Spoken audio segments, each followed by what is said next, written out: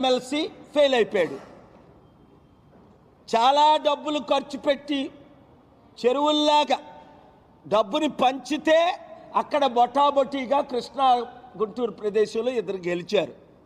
అంటే 9 నెలలకే కూటమి కథం, చంద్రబాబు కథం, పవన్ కళ్యాణ్ కథం, బీజేపీ కథం. ఎందుకు కథం? వాళ్ళు ఇచ్చిన వాగ్దానాలు నెరవేర్చనందుకు. 1 కోటి మంది నిరుద్యోగుల్లో 20 లక్షల ఉద్యోగాలు ఇస్తానన్నారు, సంవత్సరానికి 5 లక్షలు. ఇప్పుడు వరకు 5,000 ఉద్యోగాలైనా ఇవ్వలేకపోయారు కదా.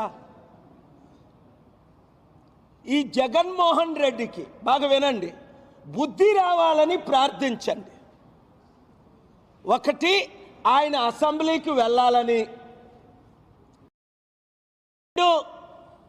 ప్రజల కొరకు పోరాటం చేయాలని, 3 అసెంబ్లీలో ప్రశ్నించాలని, 4 ఆయన కొరకు అరెస్టులు చేస్తున్నది నేను ఖండిస్తుంటే, 9 నెలలుగా ఆయనకు మద్దతు ఇస్తుంటే, పోనీ 2 సంవత్సరాల క్రిందట అవినాష్ రెడ్డిని అరెస్ట్ చేస్తుంటే 3,000 మంది సిబిఐలు వచ్చి నేను తీవ్రంగా ఖండిస్తే, అవినాష్ రెడ్డి కనీసం థ్యాంక్స్ చెప్తానని, అరే కేఏ పాల్ని కలొద్దు, వందనాలు చెప్పొద్దు, దేవుడు నీతో ఉండగా జగన్మోహన్ రెడ్డి నేను నీతో ఉండగా నీకు హాని జరగదు. ఇప్పుడు నీకు దేవుడు వద్దా, నేనొద్దా, ప్రజలొద్దా, సత్యం వద్దా? ఎప్పుడు బుద్ధి వస్తుంది? వంశీ అయిపోయాడు. ఇప్పుడు ఎవరు పోసాని కృష్ణమురళి పాపం ఆయన నాకు కాల్ చేశాడు 3-4 సార్లు. ఇంటర్వ్యూ ఏదో హెచ్టీవీ కొరకు దేనికో హై టీవీ ఇంటర్వ్యూ చేయమని 2 ఇయర్స్ బ్యాక్. హిట్ టీవీ ఆయన నేను ఎప్పుడు కలవలే. ఆయన మీద 14 కేసులాట. ఏమనంటే బూతులు తిట్టాడు. బూతులు తిట్ల మీద కేసులు పెట్టాలి, అన్పార్లమెంటరీ వర్డ్స్. కానీ పవన్ కళ్యాణ్ ఒరే నీ బట్టలు పీకి నిన్ను నడి రోడ్డు మీద నడిపిస్తాను అన్నోడి మీద కేసులు పెట్టరా? లేని వివాదాన్ని లడ్డూ వివాదం పెట్టినప్పుడు కేసులు పెట్టరా?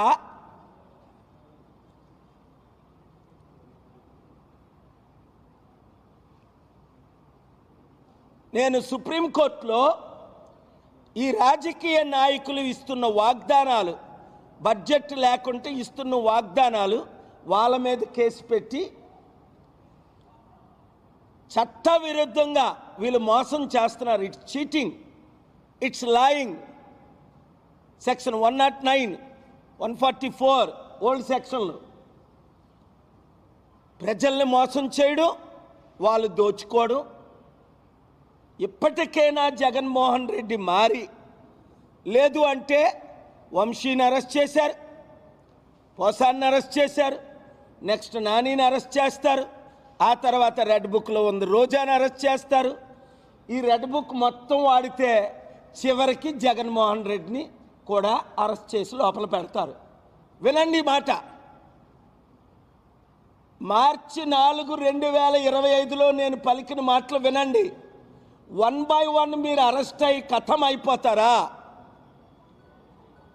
కొంతమందిని ఎన్కౌంటర్ కూడా చేసి పడేస్తారు. ఇప్పటికే 36 మందిని చంపేశారు. నేనుంటే మీతో దేవుడు ఉన్నట్టే, నేనుంటే మీతో సత్యం ఉన్నట్టే, నేనుంటే మీతో జ్యుడిషియరీ ఉన్నట్టే, నేనుంటే మీ వెంట్రుకు పీకలేరు. ఎందుకంటే నా బుక్లో న్యాయం కొరకు ప్రార్థన ఉంటుంది, అన్యాయం కొరకు ప్రార్థన ఉంటుంది. దేవుడి ప్రార్థన కంటే ఎవ్వడు పవర్ఫుల్ కాదు. అదే నాకున్న ధైర్యం, అదే నాకున్న సత్యం, అదే నాకున్న వెపన్స్. మీ కొరకు పోరాడతా, న్యాయం చేస్తా.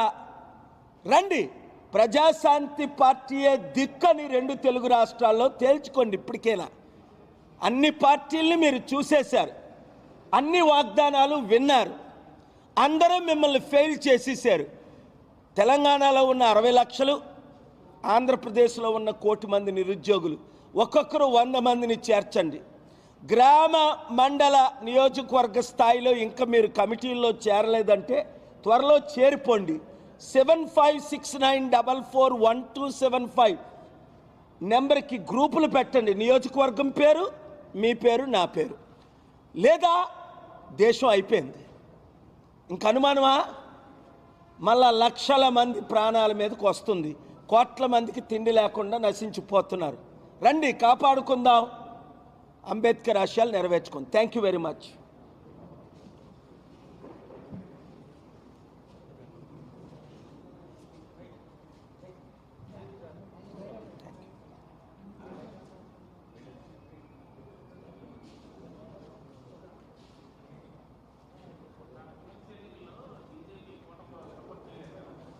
ఎన్ని పబ్లిక్ ఇంట్రెస్ట్ లిటిగేషన్ బిల్లులు నేను వేస్తుంటే, వాదనలు వినిపిస్తుంటే, చట్టానికి విరుద్ధంగా దాన్ని పోస్ట్పోన్ చేసుకుంటూ వెళ్ళిపోతున్నారు.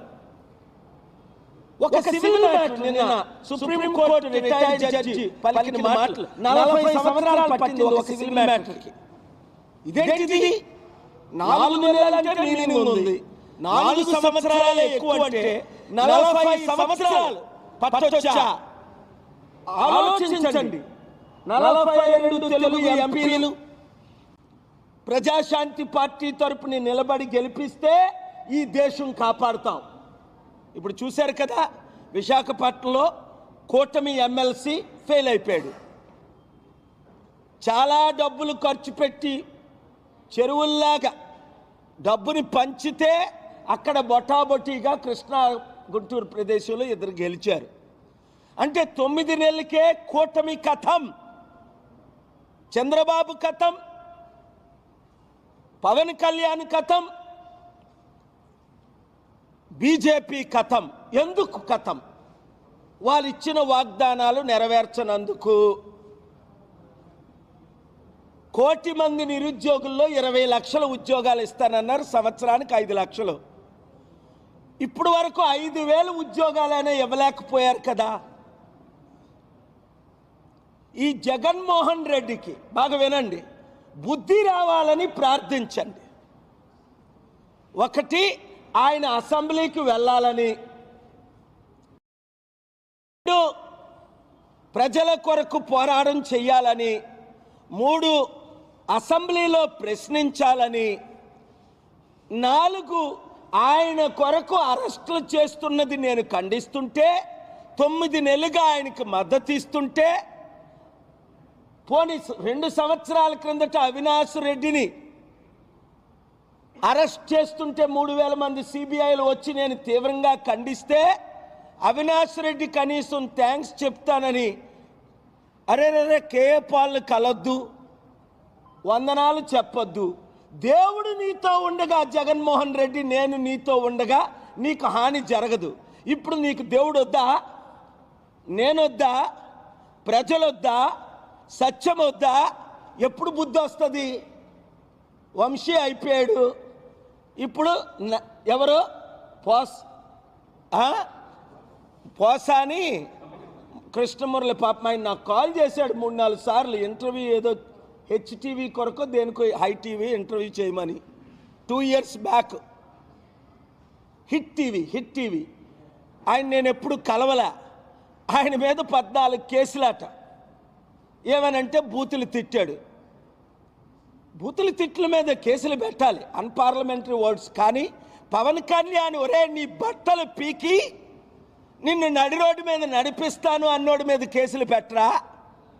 లేని వివాదాన్ని లడ్డూ వివాదం పెట్టినప్పుడు కేసులు పెట్టరా?